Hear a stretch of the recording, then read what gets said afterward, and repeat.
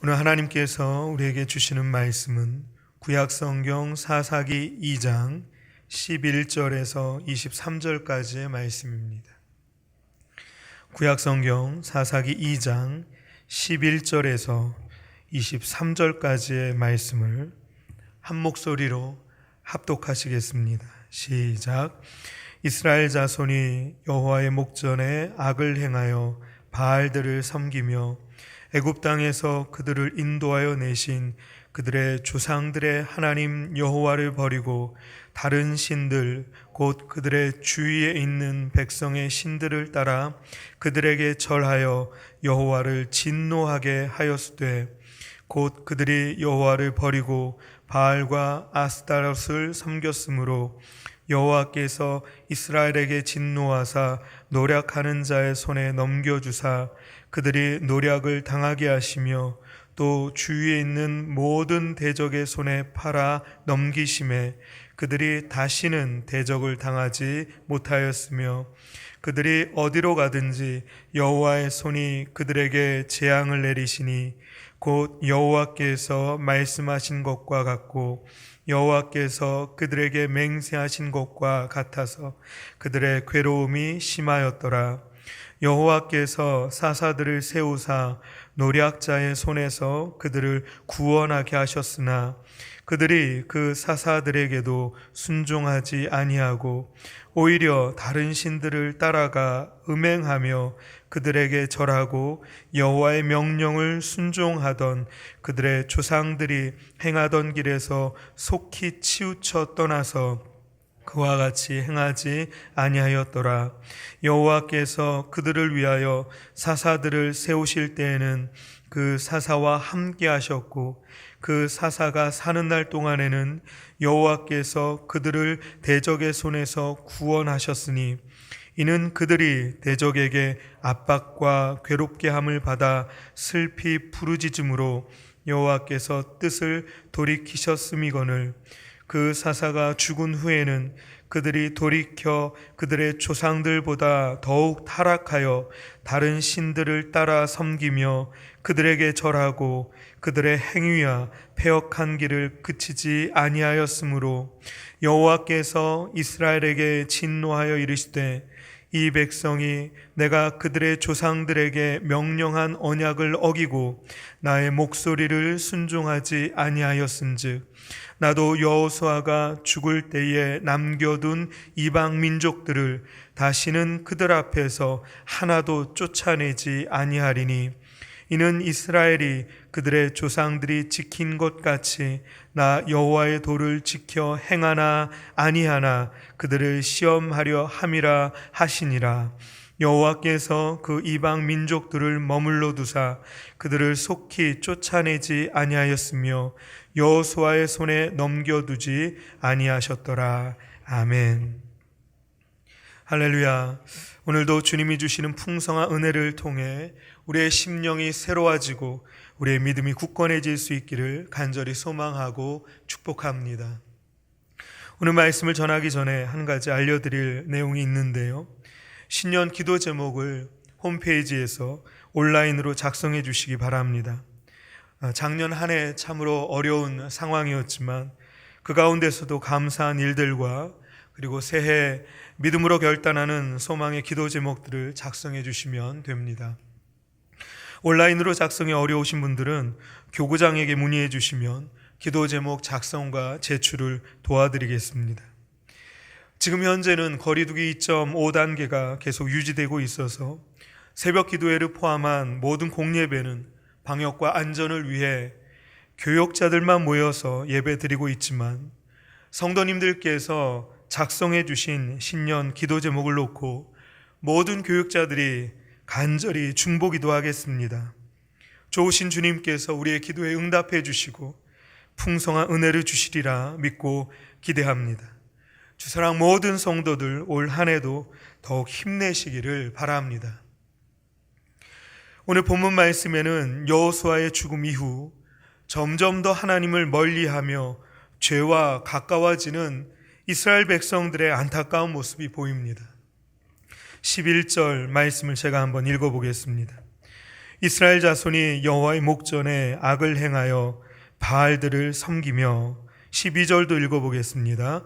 애굽 땅에서 그들을 인도하여 내신 그들의 조상들의 하나님 여호와를 버리고 다른 신들 곧 그들의 주위에 있는 백성의 신들을 따라 그들에게 절하여 여호와를 진노하게 하였으되. 바알을 섬기는 우상 숭배는 하나님께서 가장 싫어하시는 죄악입니다. 그런데 이스라엘 자손이 하나님의 목전에서, 그러니까 하나님의 바로 그 눈앞에서 그 죄를 저지르고 있는 거예요. 여러분, 하나님께서 바알과 같은 우상을 섬기지 말라고 도대체 몇 번이나 얘기해 주셨습니까? 오직 하나님만 경배하고 섬겨야 한다는 것을 귀에 못이 박히도록 반복해서 헤아릴 수 없을 정도로 많이 말씀해 주시지 않았습니까? 그런데 이스라엘 자손들은 왜 이 죄를 계속 반복하는 것일까요? 그것은 바알과 아스타롯과 같은 우상들을 섬기고 경배하면 자신이 원하는 것들을 손에 쥘 수 있다고 생각하기 때문입니다. 바알은 풍요의 신으로 알려져 있습니다. 주로 생산과 다산을 주관하는 것으로 믿고 있었죠. 풍성한 생산을 기원하는 뜻으로 난잡한 혼음과 인신제사 등의 음탕하고 끔찍한 행위가 곁들여졌습니다. 아스타롯은 아세라와 더불어 풍요, 쾌락의 신으로 알려져 있는데요. 고대 근동지방, 특히 두로와 시돈의 사람들이 열렬히 숭배했다고 합니다. 여러분이 한 번쯤은 들어보셨을 아프로디테와 비너스가 바로 이 아스타롯의 또 다른 이름들입니다. 여러분, 이스라엘 백성들이 우상 숭배를 멀리하라는 하나님의 말씀을 분명히 들었음에도 불구하고 이렇게 빈번하게 우상 숭배에 빠지는 이유는 우상 숭배하지 말라는 하나님의 말씀을 가볍게 여겼기 때문이고, 그 우상 신들을 섬기면 내가 원하는 풍요, 다산, 재물, 명예, 그리고 권력을 가질 수 있다고 믿었기 때문입니다. 그도 그럴 것이 이스라엘 백성들이 출애굽한 후에 광야를 지날 때 하나님을 섬기는 자신들보다 바알과 아스타롯을 섬기는 이방 민족들이 훨씬 강대해 보였고 부유해 보였습니다. 하나님이 허락하신 가나안 땅을 살펴볼 때도 하나님을 섬긴다고 하는 자신들보다 바알신을 섬기는 가나안 이방 민족들이 훨씬 풍성한 혜택을 누리고 있는 것처럼 보였습니다. 그러니 이스라엘 백성들이 헷갈릴 만하죠. 정말 하나님만 섬겨야 하는 것인가 의심할 만합니다. 하나님만 섬겨서는 내가 원하는 것들을 가질 수 없다고 생각했을 수 있습니다. 그러나 여러분, 이 모든 것은 악한 사단 마귀가 우리를 속이고 있는 것입니다. 하늘과 땅과 그 가운데 모든 것을 창조하시고 섭리하시는 그 하나님 외에 다른 모든 우상들은 거짓입니다. 헛된 것입니다. 하나님 외에 신이라고 불리어지는 그 모든 것들은 하나님을 하나님으로 인정하지 않으려는 그 인간들이 자신들의 이익을 위해 만든 가짜 신들에 불과합니다. 설령 바알과 아스타롯과 같은 우상신을 섬기는 이들이 뭔가 더 풍성해 보이고 나보다 나아 보인다 할지라도 그들의 손에 쥔 이 세상의 그 어떤 보화들이 그들에게 진정 유익이 된다고 누가 장담할 수 있겠습니까? 여러분, 죄에 오염된 인간들은 정말 자신에게 유익한 것이 무엇인지 정확하게 분별해내지 못합니다. 성경에 아담과 하와를 한번 보십시오. 하나님처럼 되고자 하는 욕심에 사단 마귀가 건넨 유혹을 이기지 못하고 그만 선악을 알게 하는 나무의 열매를 따먹지 않았습니까?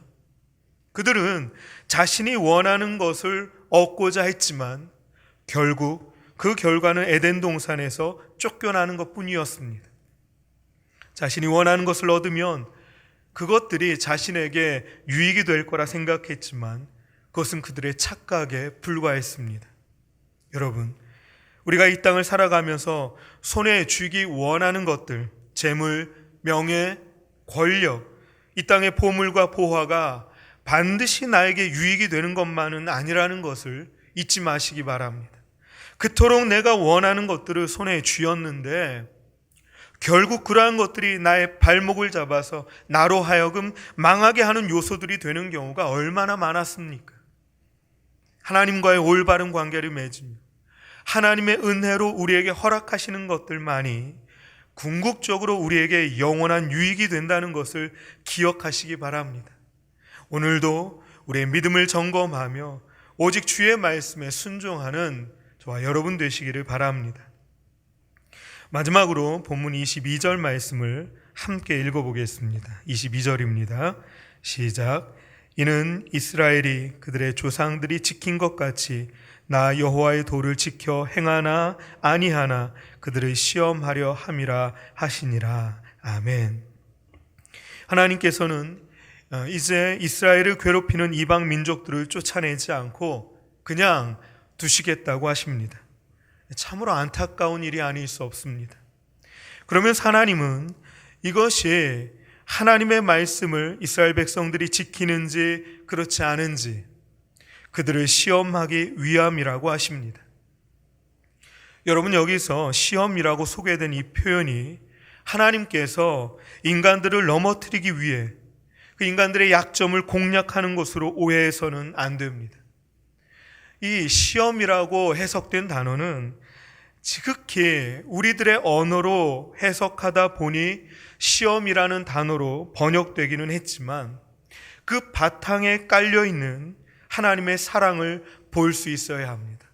요즘 흔히들 하는 말로 그 하나님의 사랑은 진짜 사랑, 찐 사랑이라고 할 수 있습니다. 이스라엘 백성들이 갖고 있는 이 죄에 대한 연약함, 사단의 공격에 속수무책으로 당하고 많은 그 영적인 약점들을 어떻게든 보완하고자 애쓰시는 하나님의 사랑 말입니다. 여러분, 권투 선수가 시합에 오르기 전에 그 선수의 약점을 보완하고자 담당하는 코치가 선수를 연습시키는 장면을 한번 상상해 보십시오. 코치는 연습 중에 그 권투 선수의 약점을 공략하지 않겠습니까? 왜 그렇게 합니까? 그 선수를 망하게 하려고, 그 선수를 무너뜨리려고 하고자 함이 절대로 아닙니다. 오히려 그 권투 선수가 갖고 있는 치명적인 약점을 보완해서 강한 선수, 경쟁력이 있는 선수, 이기는 선수로 성장시키기 위함입니다.